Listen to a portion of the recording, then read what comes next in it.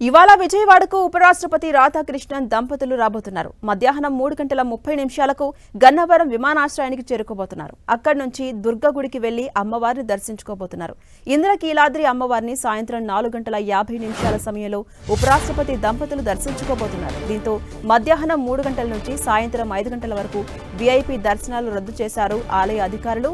సాయంత్రం 5 గంటలకు పున్నమి ఘాట్ వద్ద విజయవాడ ఉత్సవంలో ఉపరాష్ట్రపతి పాల్గొంటారు. దాదాపు 50 నిమిషాల పాటు అక్కడే ఉండబోతున్నారు. అనంతరం రాత్రి 7:30 గన్నవరం నుంచి తిరుపతి పయనం కాబోతున్నారు. దసరా ఉత్సవాల్లో భాగంగా రెండో రోజు ఇంద్రకీలాద్రిపై అమ్మవారు గాయత్రీదేవి అలంకారంలో భక్తులకు దర్శనమిచ్చారు. నిన్న ఒక్కరోజే 60,000 మందికి పైగా భక్తులు అమ్మవారిని దర్శించుకున్నట్టుగా ఆలయ ఈవో సీనా నాయక్ వెల్లడించారు. ఇక మరోవైపు ఇవాళ ఇంద్రకీలాద్రిపై అమ్మవారు అన్నపూర్ణాదేవిగా దర్శనమివ్వబోతున్నారు.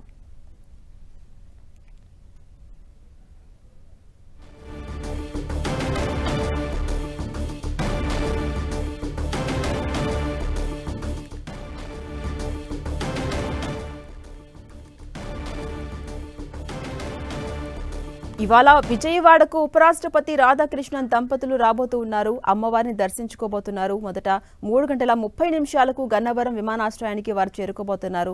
అక్కడి నుంచి నేరుగా దుర్గగుడికి వెళ్లి దుర్గమ్మని దర్శించుకోబోతున్నారు. పూజలు చేయబోతున్నారు. మొక్కులు చెల్లించుకోబోతున్నారు.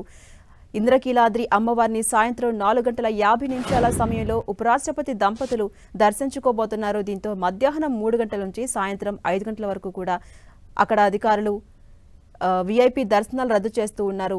సాయంత్రం 5 గంటలకు పున్నమి ఘాట్ వద్ద విజయవాడ ఉత్సవంలో ఉపరాష్ట్రపతి దంపతులు పాల్గొంటారు.